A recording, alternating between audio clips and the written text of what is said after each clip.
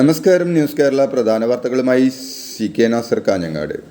സംസ്ഥാനത്ത് തോരാത്ത മഴക്കെടുതിയിൽ 7 മരണം, 11 ജില്ലകളിൽ റെഡ് അലർട്ട്, 10 ജില്ലകളിലെ വിദ്യാഭ്യാസ സ്ഥാപനങ്ങൾക്ക് അവധി. സംസ്ഥാനത്ത് മഴ കനത്ത സാഹചര്യത്തിൽ 10 ജില്ലകളിലെ വിദ്യാഭ്യാസ സ്ഥാപനങ്ങൾക്ക് അവധി പ്രഖ്യാപിച്ചു. പത്തനംതിട്ട, കോട്ടയം, ഇടുക്കി, എറണാകുളം, തൃശൂർ, മലപ്പുറം, കോഴിക്കോട്, വയനാട്, കണ്ണൂർ, കാസർഗോഡ് ജില്ലകളിലെ വിദ്യാഭ്യാസ സ്ഥാപനങ്ങൾക്കാണ് ഇന്ന് അവധി പ്രഖ്യാപിച്ചിട്ടുള്ളത്. സ്പെഷ്യൽ ക്ലാസുകളും ട്യൂഷൻ ക്ലാസുകളും ഉൾപ്പെടെ ഇന്ന് വൈകരുതെന്നും വിവിധ ജില്ലകളിലെ കളക്ടർമാർ അറിയിച്ചിട്ടുണ്ട്. സംസ്ഥാനത്ത് 11 ജില്ലകളിൽ റെഡ് അലർട്ട്.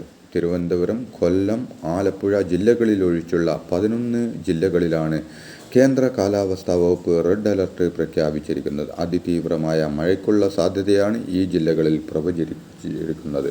സംസ്ഥാനത്ത് മഴക്കെടുതിയിൽ 7 മരണം. കോഴിക്കോട് സഹോദരങ്ങൾ ഷോക്കേറ്റ് മരിച്ചു. കോടഞ്ചേരി ചന്ദ്രൻകുന്നേൽ ബിജു ഷീബ ദമ്പതികളുടെ മക്കളായ നിതിൻ 14, എബിൻ 10 എന്നിവരാണ് മരിച്ചത്. തേക്കിൻ്റെ കൊമ്പ് കാറ്റത്ത് ഒടിഞ്ഞ് വൈദ്യുതി ലൈനിൽ പതിക്കുകയായിരുന്നു.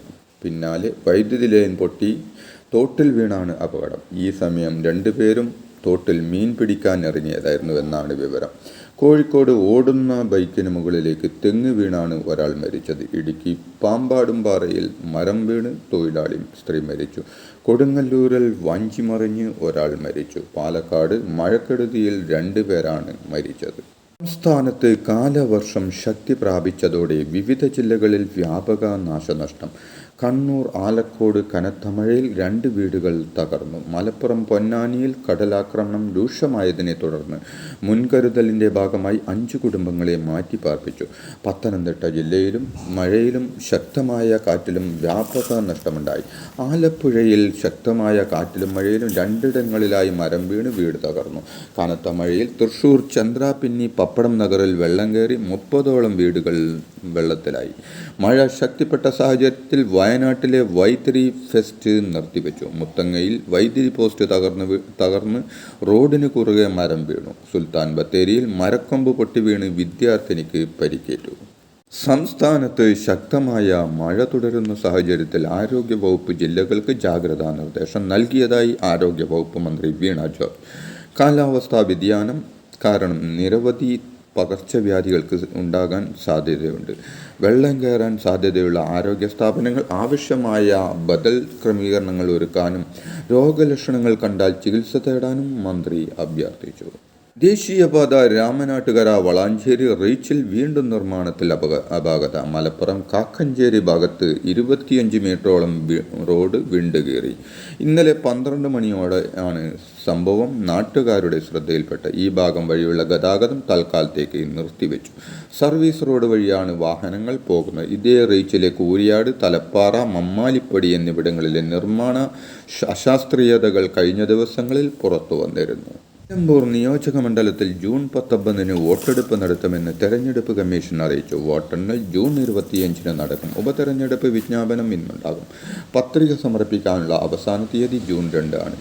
ജൂൺ 3 സൂക്ഷ്മ പരിശോധന നടക്കും.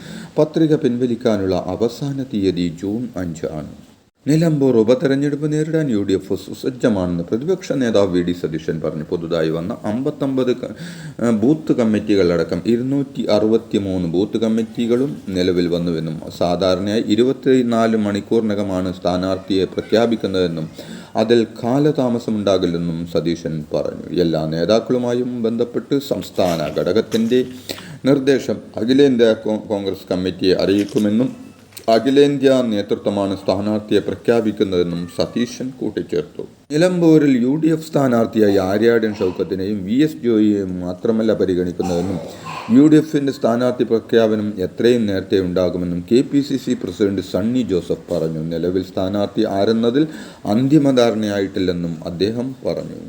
നിലമ്പൂർ ഉപതെരഞ്ഞെടുപ്പ് സർക്കാരിന് ജനങ്ങളുടെ പ്രോഗ്രസ് റിപ്പോർട്ട് ഏറ്റുവാങ്ങാനുള്ള അവസരമായിരിക്കുമെന്ന് പാലക്കാട് MLA രാഹുൽ മാങ്കൂട്ടത്തിൽ പറഞ്ഞു. പാസ് മാർക്ക് പോലും സർക്കാരിന് ലഭിക്കില്ലെന്നും ജനങ്ങളുടെ പ്രോഗ്രസ് റിപ്പോർട്ട് ഏറ്റുവാങ്ങാൻ സർക്കാർ തയ്യാറായിക്കൊള്ളുവെന്നും അദ്ദേഹം പറഞ്ഞു. നിലമ്പൂരിൽ ഉപതെരഞ്ഞെടുപ്പ് ഭരണത്തിൻ്റെ വിലയിരുത്തലാകുമെന്നും ഉചിതമായ സ്ഥാനാർത്ഥിയെ UDF പ്രഖ്യാപിക്കുമെന്നും ഷാഫി പറമ്പിൽ MP പറഞ്ഞു. ജനങ്ങൾ സർക്കാരിന് മറുപടി നൽകുമെന്നും ഈ തെരഞ്ഞെടുപ്പ് കൊണ്ട് ഗുണം UDFിനും ജനങ്ങൾക്കും ഉണ്ടാകുമെന്നും അദ്ദേഹം പറഞ്ഞു. നിലമ്പൂർ ഉപതെരഞ്ഞെടുപ്പിൽ UDF സ്ഥാനാർത്ഥി 27,000 വോട്ടിന്റെ ഭൂരിപക്ഷത്തിൽ വിജയിക്കുമെന്ന് മുൻ MLAയും തൃണമൂൽ കോൺഗ്രസ് നേതാവുമായ PV അൻവർ പറഞ്ഞു. പിണറായിസവും പുതുതായി വന്ന മരുമോനിസവും UDF വിജയത്തിന് കാരണമാകുമെന്നും പിണറായിസത്തിന് ജനങ്ങൾ മറുപടി നൽകുമെന്നും അദ്ദേഹം പറഞ്ഞു. 2026 തെരഞ്ഞെടുപ്പ് എങ്ങനെയാകുമെന്നതിൻ്റെ ഒരു ഡെമോ ആയിരിക്കും നിലമ്പൂരിലെ തെരഞ്ഞെടുപ്പെന്നും പിണറായിസത്തെ അവസാനിപ്പിക്കാനാണ് താൻ എല്ലാം ത്യജിച്ചതെന്നും അൻവർ പറഞ്ഞു. നിലമ്പൂർ ഉപതെരഞ്ഞെടുപ്പിൽ ഇടതുപക്ഷം വലിയ കുതിപ്പ് സൃഷ്ടിക്കുമെന്ന് CPM സംസ്ഥാന സെക്രട്ടറി MV ഗോവിന്ദൻ പറഞ്ഞു. വലിയ വിജയം നേടാൻ ഇടതുമുന്നണിക്ക് കഴിയുമെന്നും കേരളം കാത്തിരിക്കുന്ന പ്രഖ്യാപനമാണ് തെരഞ്ഞെടുപ്പ് കമ്മീഷൻ നടത്തിയതെന്നും PV അൻവറിൻ്റേത് ഇടതുപക്ഷത്തെ ഒറ്റുകൊടുക്കുന്ന നിലപാടാണെന്നും അത് തുടക്കത്തിൽ തന്നെ ഞങ്ങൾ പറഞ്ഞതാണെന്നും MV ഗോവിന്ദൻ പറഞ്ഞു. നിലമ്പൂരിൽ മത്സരിക്കണോ വേണ്ടയോ എന്നതിൽ BJPയിൽ രണ്ട് അഭിപ്രായം. നിലമ്പൂരിലേത് അടിച്ചേൽപ്പിച്ച തെരഞ്ഞെടുപ്പ് എന്നാണ് പാർട്ടി വിലയിരുത്തൽ. ആർക്കും ഗുണം ചെയ്യാത്ത തെരഞ്ഞെടുപ്പാണെന്നും തദ്ദേശ തെരഞ്ഞെടുപ്പിലാണ് ശ്രദ്ധ വേണ്ടതെന്നും യോഗത്തിൽ അഭിപ്രായമായിരുന്നു. ഉപതെരഞ്ഞെടുപ്പ് സംബന്ധിച്ച് ഓൺലൈൻ കോർ കമ്മിറ്റിയിൽ അന്തിമ തീരുമാനം ആയില്ല. കോഴിക്കോട് രൂപതയെ അതിരൂപതയായി ഉയർത്തി. ആദ്യ ആർച്ച് ബിഷപ്പായി ഡോക്ടർ വർഗീസ് ചക്കാലക്കൽ സ്ഥാനാരോഹണം ചെയ്തു. കോഴിക്കോട് സെന്റ് ജോസഫ് ദേവാലയത്തിലായിരുന്നു ചടങ്ങുകൾ. വ്യത്യസ്ത രൂപതകളിൽ നിന്നെത്തിയ മതമേലധ്യക്ഷന്മാരും രാഷ്ട്രീയ, സാമൂഹ്യ, സാംസ്കാരിക മേഖലയിൽ നിന്നുള്ളവരും ചടങ്ങിൽ പങ്കെടുത്തു. മുന്നാറിൽ തെരുവുനായ ആക്രമണം. വിനോദസഞ്ചാരികൾ ഉൾപ്പെടെ നിരവധി പേർക്ക് നായയുടെ കടിയേറ്റു. കടിയേറ്റ 12 പേരാണ് അടിമാലി ആശുപത്രിയിലെത്തിയത്. വിനോദസഞ്ചാരികൾക്ക് പുറമെ പ്രദേശവാസികൾക്കും കടിയേറ്റു. നിക്ഷേപകരെ കബളിപ്പിച്ച് 300 കോടിയിലേറെ രൂപ തട്ടിച്ചെന്ന കേസിൽ ദി ഫോർത്ത് ഓൺലൈൻ ചാനൽ ഉടമകൾ അറസ്റ്റിൽ. മാതൃകമ്പനിയായ ഫാംഫെഡ് കമ്പനിയുടെ chairman Rajesh Pillai, managing director again Francis എന്നിവരാണ് തിരുവനന്തപുരം പോലീസ് അറസ്റ്റ് ചെയ്തത്. ഫാംഫെഡിൻ്റെ പേരിൽ നടത്തിയ തട്ടിപ്പിൽ ഇവരുടെ അടുത്ത ബന്ധുക്കൾ ഉൾപ്പെടെ 4 ഡയറക്ടർമാരും പ്രതികളാണ്. വെഞ്ഞാറമ്മൂട് കൂട്ടക്കൊലക്കേസ് പ്രതി അഫാൻ പൂജപ്പുര ജയിലിൽ ആത്മഹത്യക്ക് ശ്രമിച്ചു. തടവുകാരെ പ്രത്യേകം പാർപ്പിക്കുന്ന UTB ബ്ലോക്കിലെ ശുചിമുറിയിലാണ് ജീവനൊടുക്കാൻ ശ്രമിച്ചത്. ഒപ്പമുണ്ടായിരുന്ന തടവുകാരൻ ഫോൺ ചെയ്യാൻ പോയ സമയത്തായിരുന്നു ആത്മഹത്യാ ശ്രമം. വെഞ്ഞാറമ്മൂട് കൂട്ടക്കൊലക്കേസിലെ പ്രതി അഫാൻ പൂജപ്പുര സെൻട്രൽ ജയിലിൽ ആത്മഹത്യക്ക് ശ്രമിച്ച സംഭവത്തിൽ ജയിൽ ഉദ്യോഗസ്ഥരുടെ ഭാഗത്ത് വീഴ്ച വന്നിട്ടില്ലെന്ന് ജയിൽ സൂപ്രണ്ടിൻ്റെ റിപ്പോർട്ട്. ഉദ്യോഗസ്ഥൻ്റെ സംയോജിതമായ ഇടപെടൽ കാരണമാണ് പ്രഥമ ശുശ്രൂഷ നൽകി ഉടൻ ആശുപത്രിയിലേക്ക് മാറ്റിയത്. സുരക്ഷാ ബ്ലോക്കിൽ ഇതേസമയം മറ്റ് തടവുകാരുടെ മേൽനോട്ടവും അസിസ്റ്റന്റ് പ്രിസൺ ഓഫീസർക്കുണ്ടായിരുന്നുവെന്നും ജയിൽ മേധാവിക്ക് ജയിൽ സൂപ്രണ്ട് റിപ്പോർട്ട് നൽകി. തിരുവനന്തപുരം മെഡിക്കൽ കോളേജ് ആശുപത്രിയിലെ തീവ്രപരിചരണ വിഭാഗത്തിൽ അതീവ ഗുരുതരാവസ്ഥയിൽ തുടരുകയാണ് അഫാൻ.